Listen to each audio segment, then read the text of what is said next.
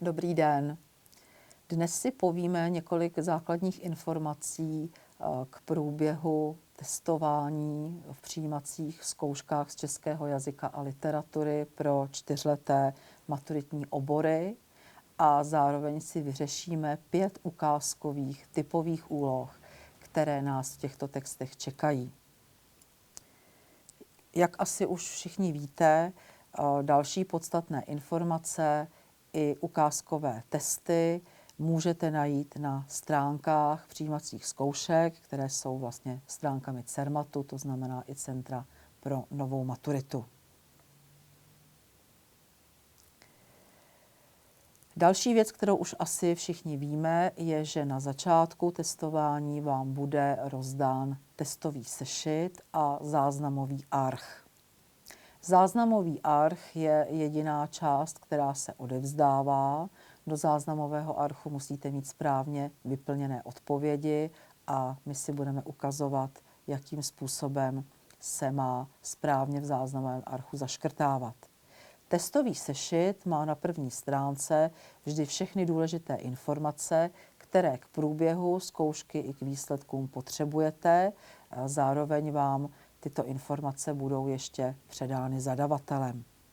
Když si ty informace shrneme, tak řešit byste měli 30 úloh. Jsou to úlohy uzavřené, to znamená vybíráte z připravených odpovědí, i otevřené, kde tvoříte odpověď, kterou nikde nemáte. Maximální zisk je 50 bodů, časový limit na práci 1 hodina 60 minut.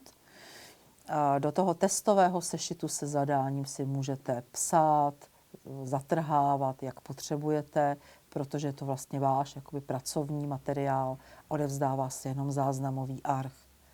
Máte pracovat s černou nebo modrou propisovací tužkou a v průběhu ukázkových úloh si ukážeme, jak můžete opravit špatně zatrženou odpověď. Povolenými pomůckami ke zkoušce jsou pouze psací potřeby.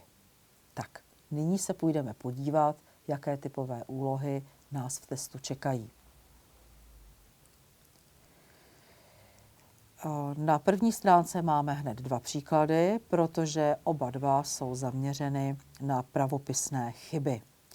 První cvičení je zaměřené na pravopisné chyby, které, jak vidíme na první pohled, nejsou v souvětí, ale v nějakých jednodušších větných celcích. Půjde tedy nepochybně o pravopisné jevy buď uprostřed slova nebo ve tvaru slov. Ve druhém cvičení potom vidíme, že to budou souvětí, půjde o něco jiného. Tak pojďme na to první cvičení. Ve které z následujících vět není pravopisná chyba? Hledáme tedy jenom jedno řešení, hledáme větný celek, kde nebude chyba. Větný celek A. Během rozhovoru se vyjadřoval poměrně rozumně. Vidíme, že možnosti chybovat jsou tady pouze ve tvaru SH nebo JE. Během má být SH, poměrně je správně napsáno, rozumně, rozumný. Tato věta vypadá, že bude správně, že je vlastně také rozumně napsaná. Bčko. Celý text se zřejmě budeme muset naučit z paměti. Z paměti je správně, zřejmě tady je chyba. Máme přídavné jméno zřejmý a zřejmě je příslovce, které je od něj odvozené. Osamělý muž během svého života nashromáždil velké jmění. Osamělý je zase napsáno špatně. Základem je vlastně zkrácené původní přídavné jméno sám samý, které se stalo zájmenem. A on, když bude opuštěn, tak osamý je osamělý.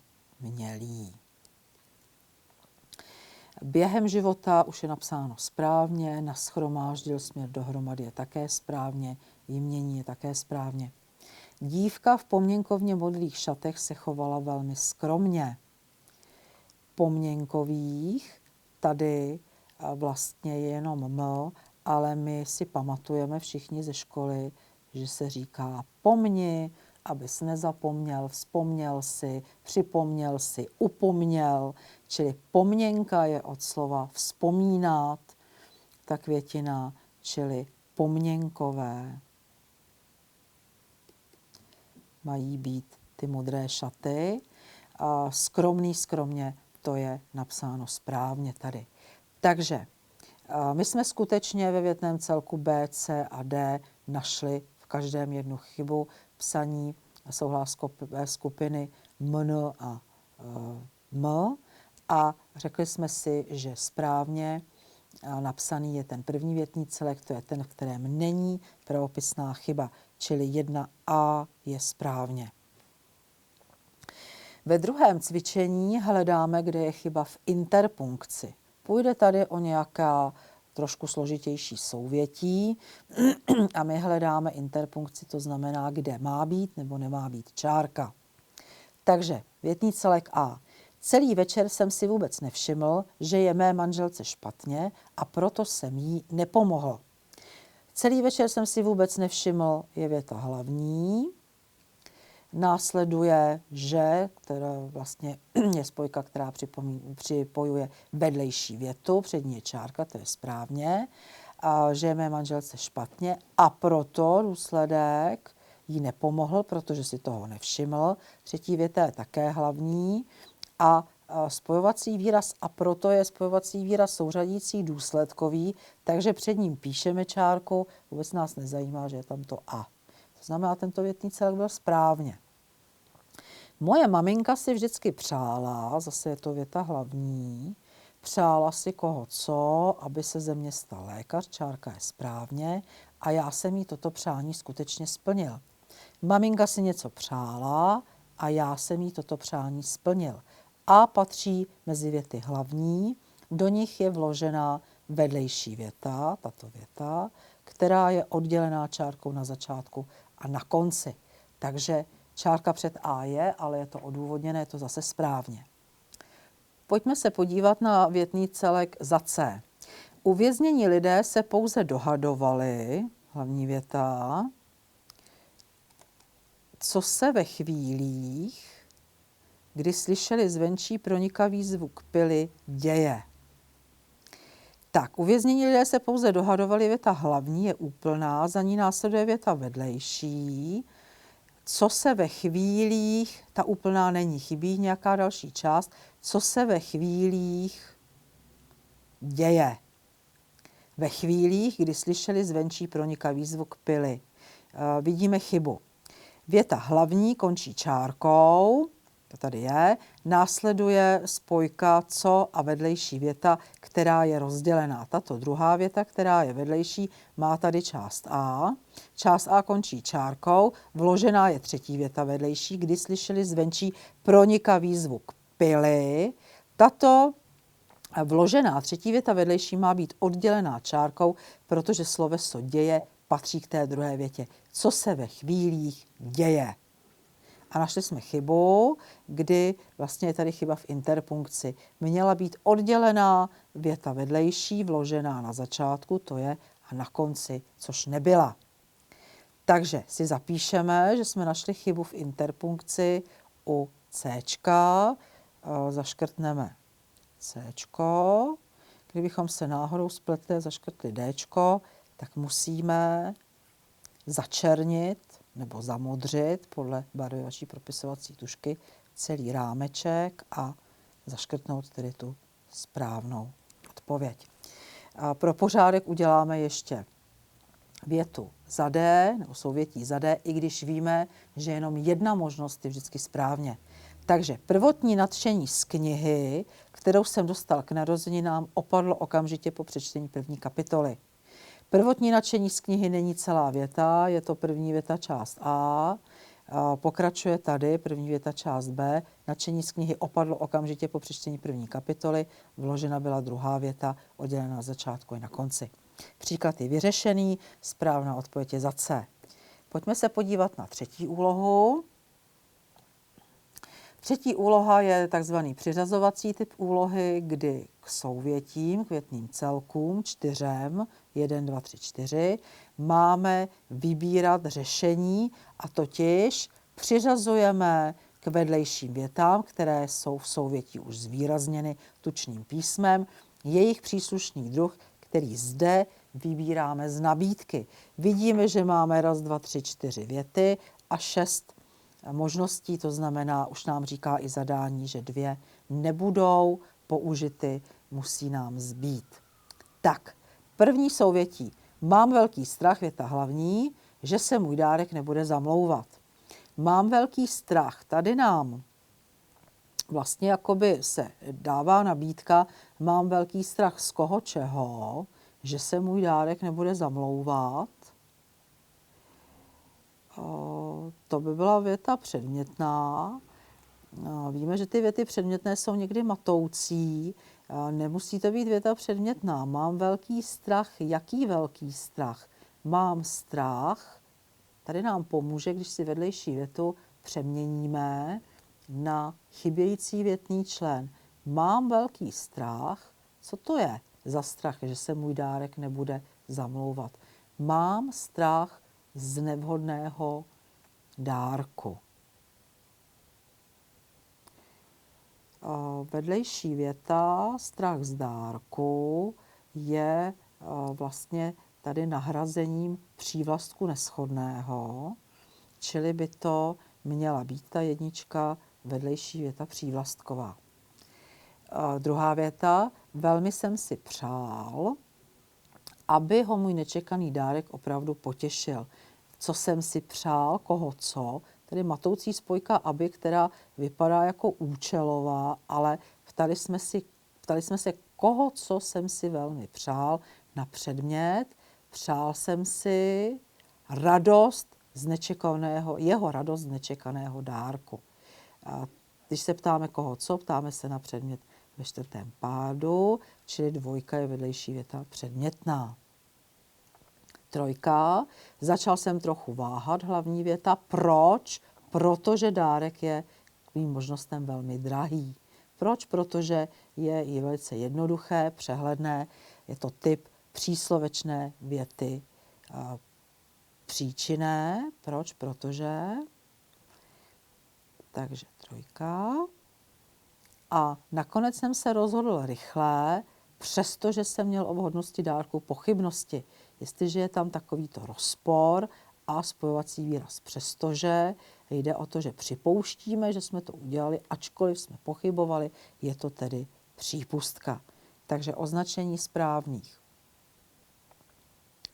odpovědí je, že jsme přiřadili vedlejší větu předmětnou Bčku, 2, Ačko jsme nepřiřadili, vedlejší větu přívlastkovou jsme přiřadili jedničce, čili jednička je Cčko. Vedlejší větu účelovou Dčko jsme nepřiřadili, čili tyhle ty sloupce zůstanou prázdné. Ečko jsme přiřadili 3 a přípustku Fko jsme přiřadili 4. Takže ještě jednou pro kontrolu. 2B, 1C, 3E a 4F. Máme vyřešený další příklad.